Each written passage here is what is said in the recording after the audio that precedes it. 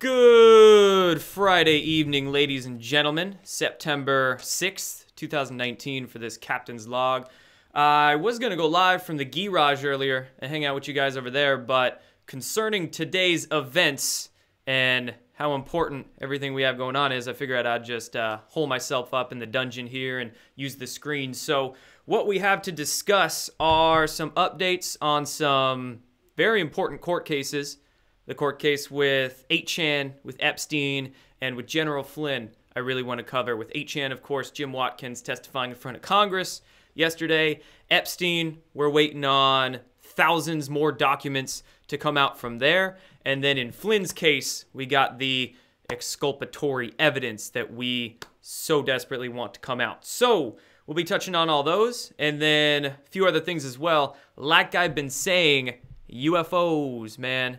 UFOs, we're getting a next wave, a next push of that in the mainstream media. And I've been trying to warn everybody for a few weeks now that this was coming, and it's just so predictable. You know, when you know the deep state's operations and research how they work and why they're doing what they're doing, it's blaring obviously why they're doing that. So we'll touch on UFOs and then a new 9/11 study and Snopes being busted. So a lot of good stuff to cover here. Hey, let's get started. Word from our sponsor. Today's is Virtual Shield. Virtual Shield being a VPN service. A VPN is a virtual private network. A few ways it can help you. Having one can help you protect your identity, protect your IP address when you're scrolling around the internet, which is very helpful. These tech companies can't capture that and log your data. Not just that, but if you're sending any personal data over the internet, you can encrypt it and then unblock censorship. A VPN is just helpful for a lot of different things. It's very easy to use. You just get a plugin for whatever device and surf the web from that. And with Virtual Shield, number one, right now, they're very cheap. You can get 2 years, 24 months of service for just $3.50 a month from them. And number two is that Virtual Shield does not log your data. Some VPN services do log your data, which is very bad because if they get hacked, then your stuff gets compromised. Virtual Shield does not do that. So even if anything happens to the company, it doesn't log your data, so you have nothing to worry about. So go check out Virtual Shield. Links for all that will be down below. Now let's get into, first of all, if you're going to be there in Washington, D.C. on 9/11 next week, I hope to meet you. I hope to give you a high five, maybe even a hug.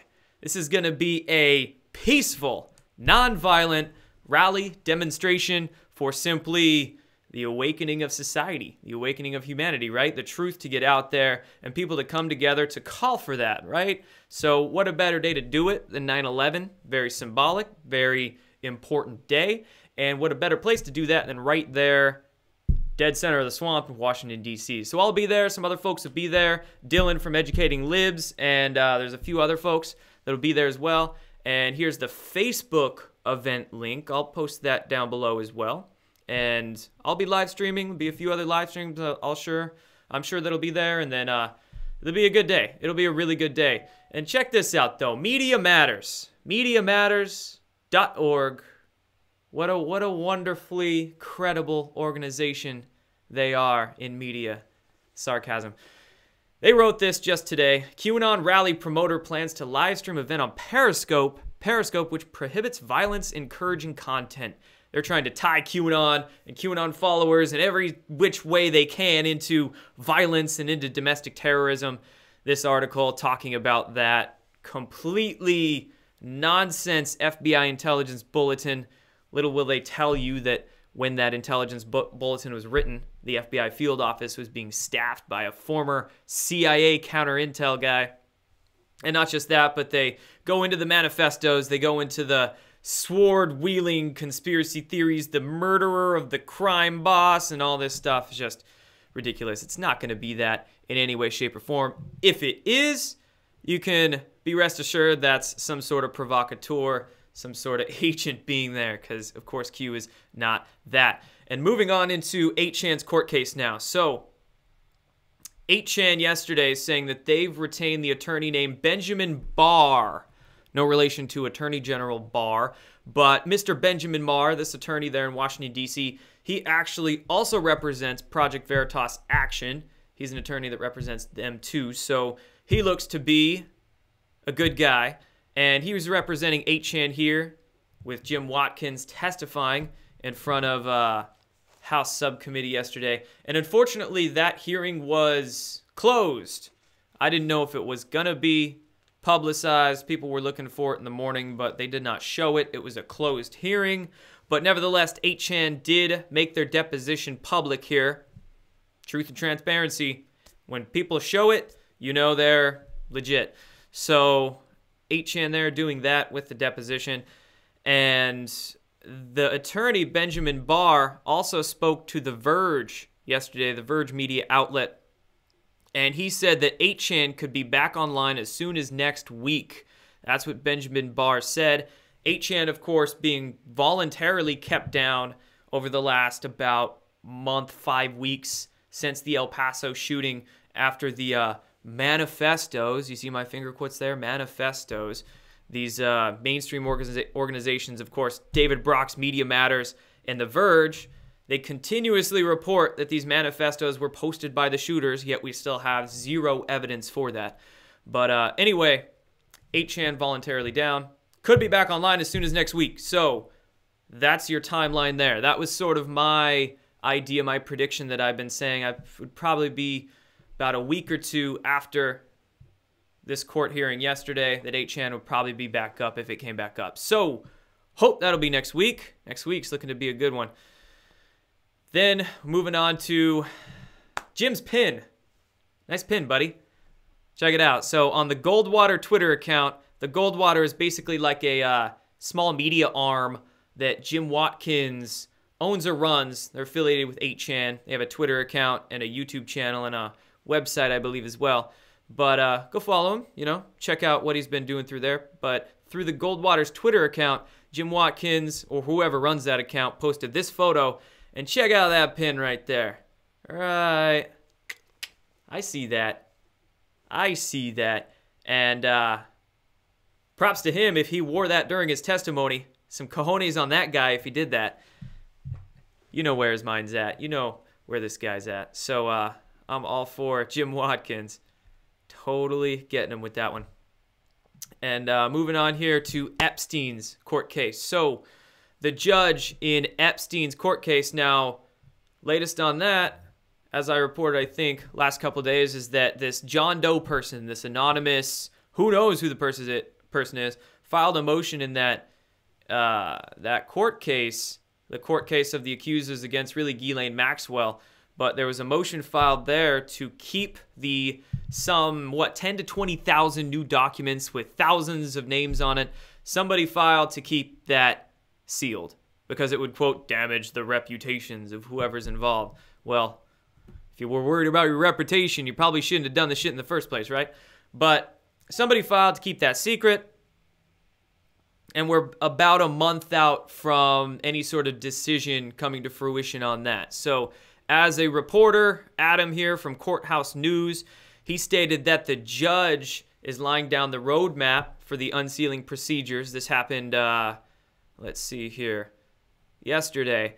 And basically, both parties have 2 weeks to agree on the categories of documents that are to be unsealed. If so, those arguing for the sealing, Mr. John Doe, anonymous people, whoever, briefs a week after that. And then a week after that, those opposing sealing file then. So it's kind of a back and forth here, as you can see, ping pong for the next couple of weeks, but about a month out, then we're going to get a decision on the sealing or unsealing. So early October, we'll see what comes with that. But the news on Epstein is still coming out. You know, the court case is going through its bureaucratic process, but the news is still trickling out day after day. Prince Andrew turning off the comments on his Instagram, straight off. He doesn't want nobody posting anything under his comments on there. I'm sure it was getting filled up with stuff he wanted to hide. So that's happening, and Prince Andrew also being axed from these events in Ireland and other events that he was invited to speak at. The hosts of these events disallowing him, not letting him come anymore because he would damage their reputation, right? He would change the narrative, I think, was what those hosts were saying. So, too bad, so sad. I'm not. So, moving on into General Flynn's case now. So, General Flynn, the judge is setting a date for a motion hearing at which the motion to produce exculpatory evidence will be considered. This is from Ivan, deputy chief editor for the Epoch Times. And on the 10th now, which is next week, 4 days. So on the 10th is when they're getting basically like a status conference, status update hearing. And at that status conference is when they're going to be deciding the day that they're going to decide, I suppose, if I'm reading this right, when the exculpatory evidence will be considered, if it will be or not, in other words. So what the Judge Sullivan in Flynn's case is doing, as Ivan reports here, is that the motion hearing date is on September 10th, status conference, where they'll set a briefing schedule and a motion hearing date. The court will apply. I'm not sure if you can read this on the screen. I'm reading the excerpt that the court said here. The court will apply the standards set forth in United States versus Eunice, that court case from 1989, to resolve the pending motion, signed by Judge Sullivan on yesterday.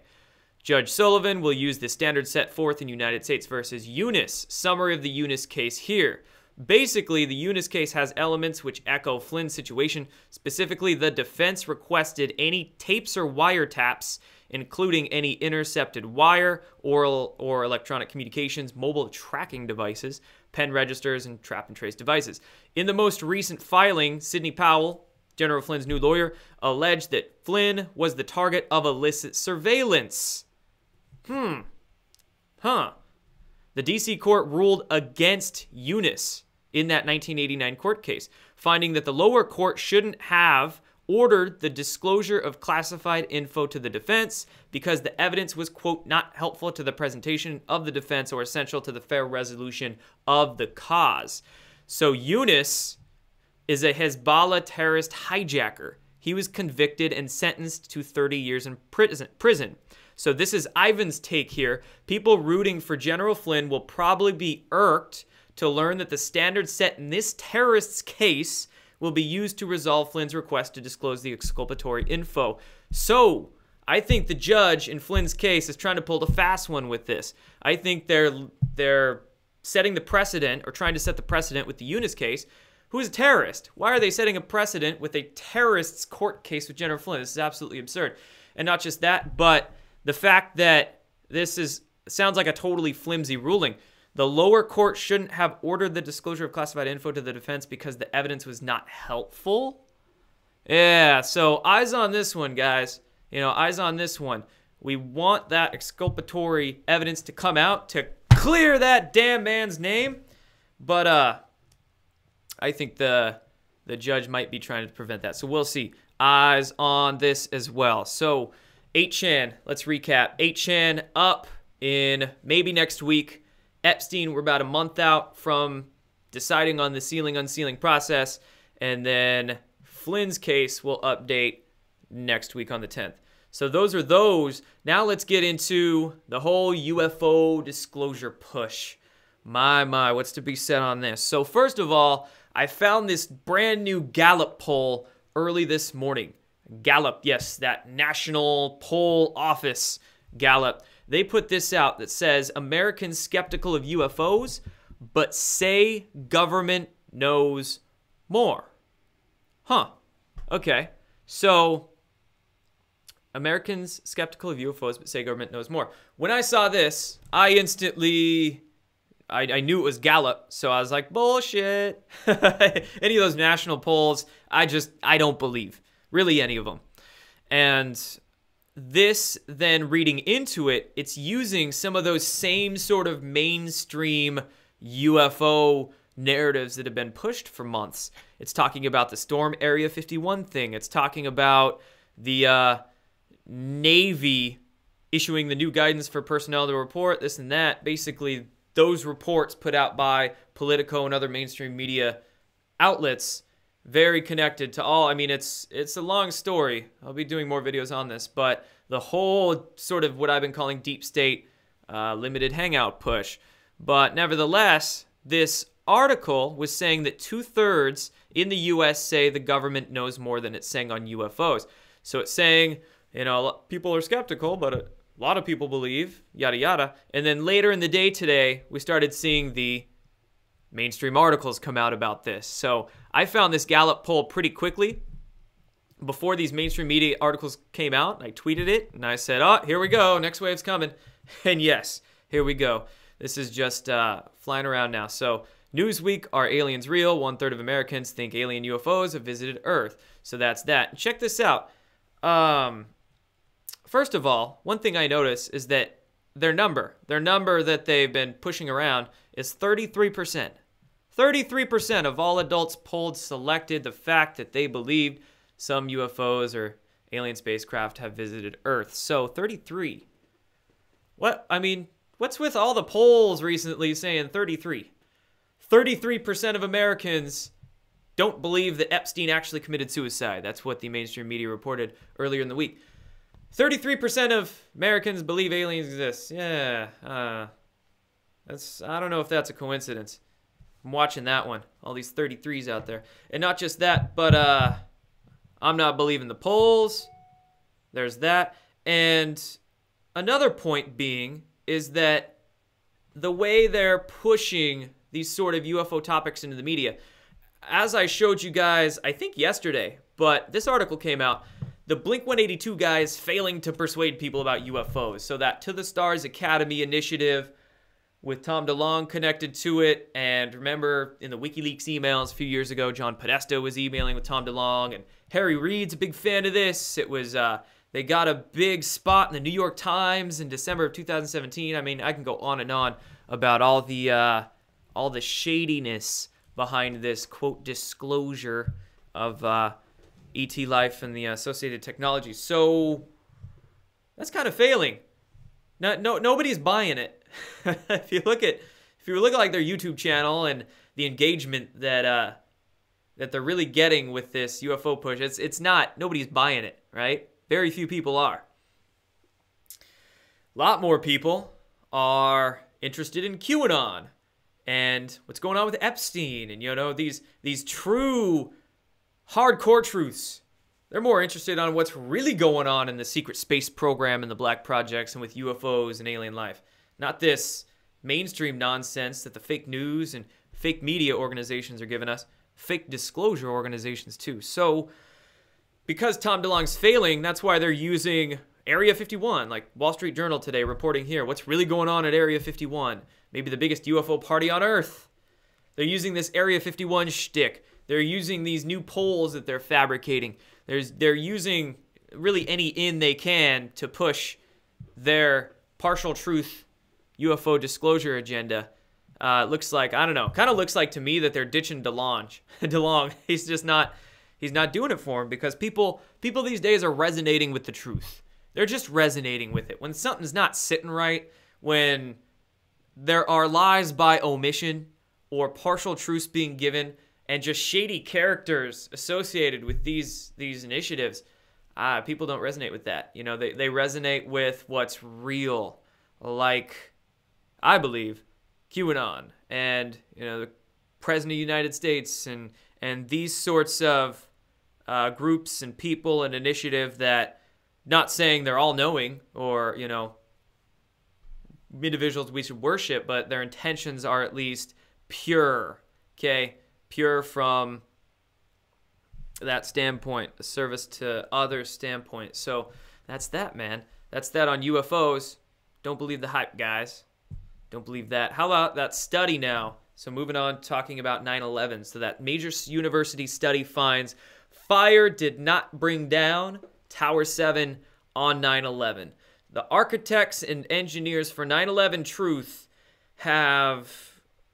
are reporting on a study that they're doing with the University of Alaska Fairbanks. Architects and engineers for 9/11 Truth announced their partnership with the U of A Fairbanks, and they're releasing a draft report of an in-depth 4-year study on what actually brought down World Trade Center 7. Now, looking at that headline, it's kind of like a doi, Duh. I think anybody with 2 eyes and an understanding of basic physics could see that that mofo imploded, middle columns, implosion on itself.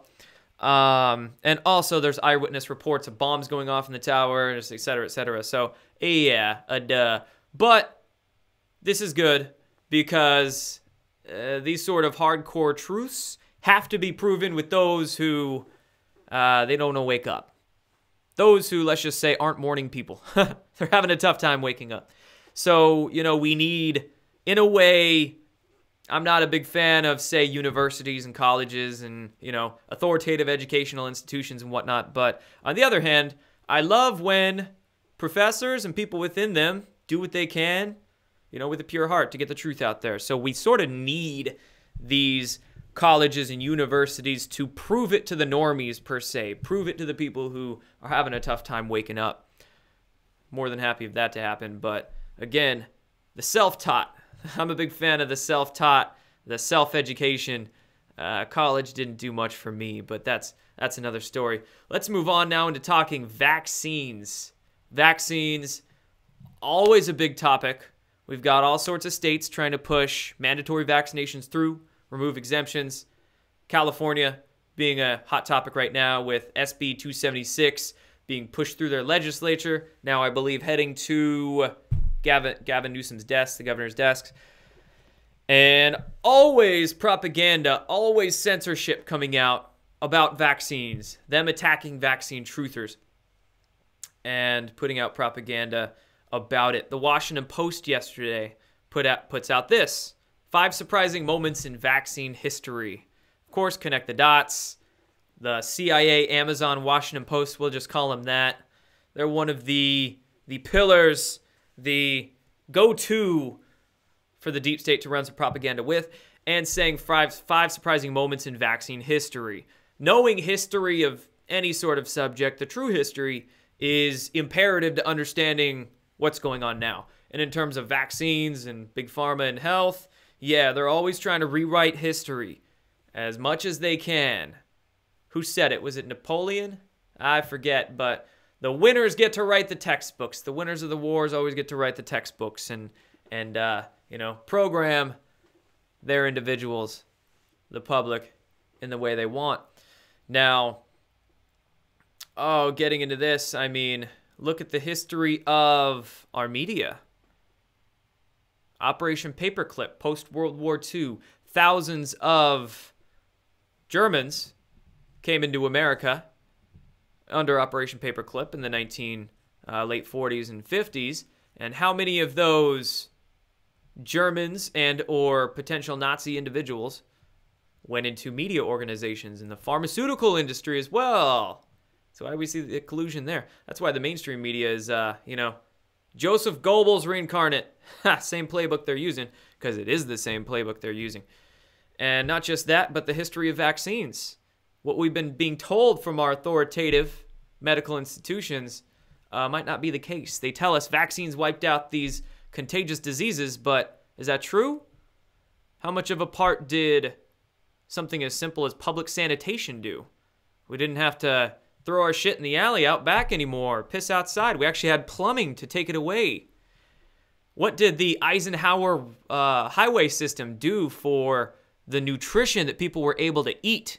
In the 1950s, we got these roads everywhere. Cars able to travel. We have indoor refrigeration being invented as well. A lot of these methods reduced the harm of the environment on individuals and upped their nutrition greatly, all right?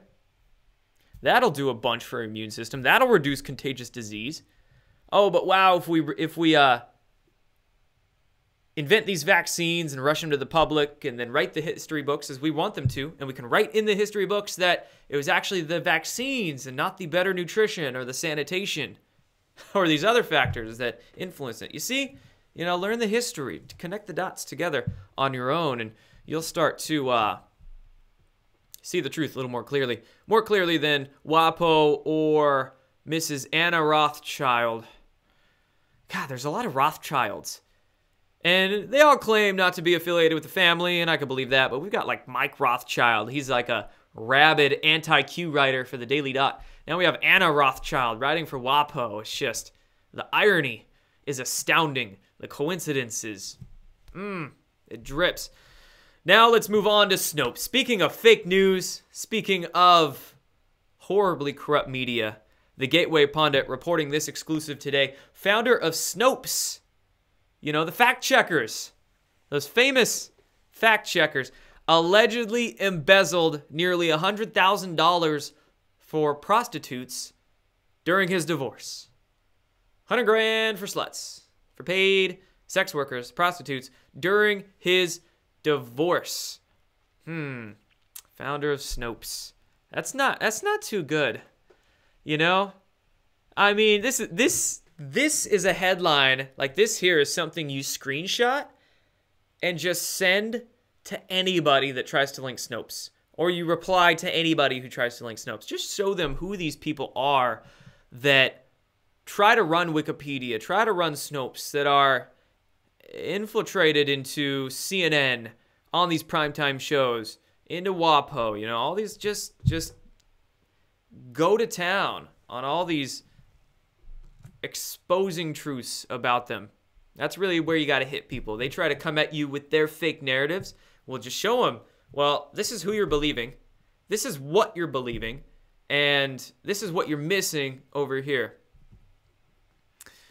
We got a long way to go. We got a long way to go in waking the people up, you know, but every day, more and more, every day, there's an exponential growth. And we're doing it, everybody. We are doing it. That's why they have to censor like crazy right now. That's why they're ripping 8chan off the internet. They're trying to, you know, sue General Flynn into submission. That's why they're trying to prevent the unsealing of Epstein's documents. Just crazy times, folks. Crazy times. But more than happy to be here and report on it with you all. Absolutely appreciative that you're all here watching with me, commenting here. Please like this video. Please like this video. Help me combat the algorithms. And share it if you feel so inclined. And I'm much appreciative if you would go subscribe to my newsletter on my website. That's totally free. You can check that out. You can check the shop that I have on there. Greens powders, mineral substrates, Ormus, woke swag, all sorts of things on there. And then my Patreon as well. You can subscribe, get access to exclusive live chats, podcasts, giveaways on Patreon. So thank you so much, everybody. Appreciate you. Have a fantastic weekend, a good evening. Take care.